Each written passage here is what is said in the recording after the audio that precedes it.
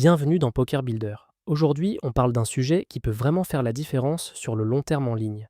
Le rakeback et les programmes de fidélité, et surtout comment optimiser tes gains passifs, c'est-à-dire l'argent que tu récupères sans devoir mieux jouer une main particulière. L'objectif de l'épisode est simple, comprendre ce qu'est le rack, comment il est prélevé, comment les rooms te rendent une partie, et comment comparer les offres sans te faire piéger. Partie 1, c'est quoi le rack concrètement? Le rack, c'est la commission que prend la room de poker. C'est son modèle économique principal. Il existe deux grandes situations. Premièrement, en cash game, la room prélève une petite partie du pot quand il y a un flop, ou quand la main atteint un certain point. En général, c'est un pourcentage du pot avec un plafond, ce qu'on appelle un cap. Plus les blindes sont petites et plus tu joues de main, plus ce prélèvement s'accumule. Deuxièmement, en tournoi et sit and go. Le rec est intégré au buy-in. Par exemple, un tournoi affiché à 10 € plus 1 euro. Tu mets 10 € dans le prize pool et 1 euro part à la room. Sur des volumes importants, ça représente vite une somme conséquente. Ce qu'il faut retenir, le rack est une dépense. Et comme toute dépense, tu veux soit la réduire, soit en récupérer une partie. C'est exactement le rôle du rakeback et des programmes de fidélité. Partie 2. Rakeback, cashback, programme VIP, comment ça marche? Derrière les mots différents, l'idée est la même. La room te récompense parce que tu génères du rec. Il y a plusieurs façons de compter ce que tu produis. D'abord, le rec payé peut être calculé de manière différente selon les sites. En cash game, certains répartissent le rec au prorata de l'argent mis dans le pot, d'autres utilisent une méthode simplifiée. En tournoi, c'est plus direct. Ton fee fait partie du rec. Ensuite, la room transforme ce rec en points, ou en statut VIP, ou en euros. Et c'est là que les programmes deviennent parfois difficiles à comparer, parce que ce n'est pas toujours écrit en tu récupères X%. On peut résumer en trois formats très courants.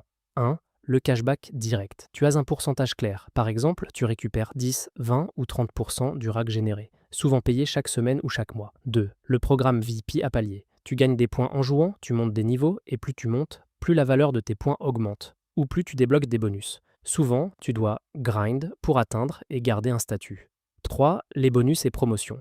Par exemple, bonus de bienvenue débloqué par tranche de rack, mission hebdomadaire, challenge, leaderboard. Ça peut augmenter ton retour, mais ce n'est pas toujours régulier. Dans tous les cas, le principe est le même. Tu payes du rake, la room te rend une partie sous forme d'argent, de tickets ou de bonus. Partie 3. Palier VIP contre cashback direct. Comparaison simple. Pour comparer sans te perdre, pose-toi 3 questions. Question numéro 1. Quel est le pourcentage réel de retour? Le cashback direct est simple. Si c'est 20%, tu sais à quoi t'attendre. Le programme à palier peut être meilleur, mais seulement si tu atteins le palier. Si tu restes en bas, ton retour est parfois faible.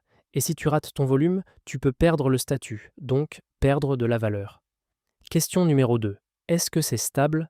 Le cashback direct est souvent plus prévisible. Les paliers VIP sont plus variables. Un mois, tu fais un gros volume, tu es content. Le mois d'après, tu joues moins, ton retour chute. Question numéro 3. Est-ce que tu récupères en argent réel ou en équivalent? De l'argent cash, c'est le plus flexible. Les tickets tournois, ça peut être bien si tu joues vraiment ces tournois. Sinon, tu risques d'accumuler des récompenses que tu n'utilises pas ou que tu utilises les mal. Les bonus avec conditions de déblocage, c'est intéressant, mais il faut lire les règles. Parfois, tu dois générer beaucoup de racks dans un délai précis, et si tu n'y arrives pas, tu perds une partie de la valeur. Astuce pratique, au lieu de te demander « c'est quoi le meilleur programme ?», demande-toi quel programme correspond à mon volume et à mes formats. Un joueur de MTT du dimanche n'a pas les mêmes besoins qu'un grinder cash game 4 soirs par semaine. Partie 4. L'impact réel sur ton win rate, surtout en micro-limite. C'est là que ça devient très concret. En micro-limite, le rake pèse lourd. Et comme ton edge, c'est-à-dire ton avantage sur les adversaires, est souvent petit au début, récupérer même une petite partie du rake peut représenter une portion importante de ton win rate. Imagine que tu gagnes, avant rakeback, un tout petit peu sur le long terme.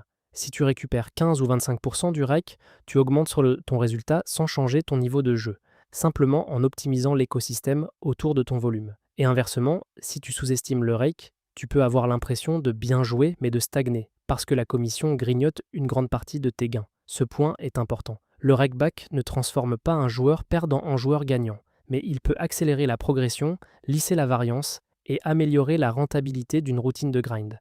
Les pièges classiques à éviter. Premier piège. Choisir une room uniquement pour le rakeback.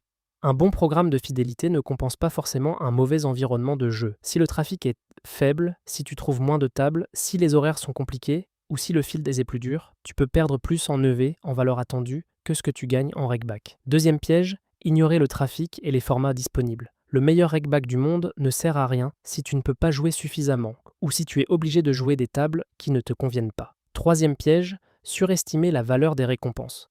Un bonus affiché jusqu'à 500 € peut être très séduisant, mais si tu ne génères pas assez de racks pour le débloquer, sa valeur réelle est beaucoup plus faible. Quatrième piège, courir après le statut en jouant trop ou mal. Monter un palier VIP peut pousser certains joueurs à forcer le volume alors qu'ils sont fatigués, qu'ils jouent à leur game moins souvent et qu'ils font plus d'erreurs. Un palier VIP ne doit jamais te faire perdre de l'argent à cause de la qualité de jeu. Mini-exercice, calcule ton rack mensuel et ton retour.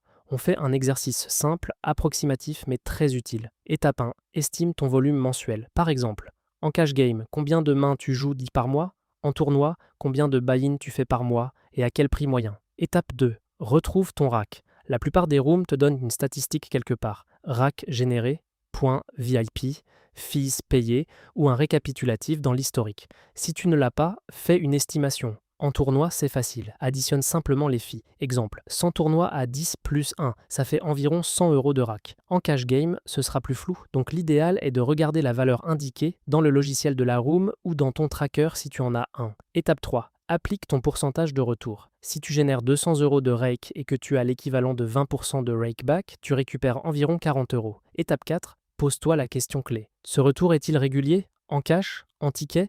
Et est-ce que tu dois changer ton volume ou tes horaires pour l'obtenir? Fais ce calcul une fois par mois. C'est un excellent réflexe de joueur sérieux, même en micro-limite. Conclusion et recommandations simples. Pour optimiser tes gains passifs, comprends comment la room prélève le rack dans ton format. Identifie le pourcentage réel que tu récupères, pas juste le marketing. Choisis une offre adaptée à ton volume et pas l'inverse.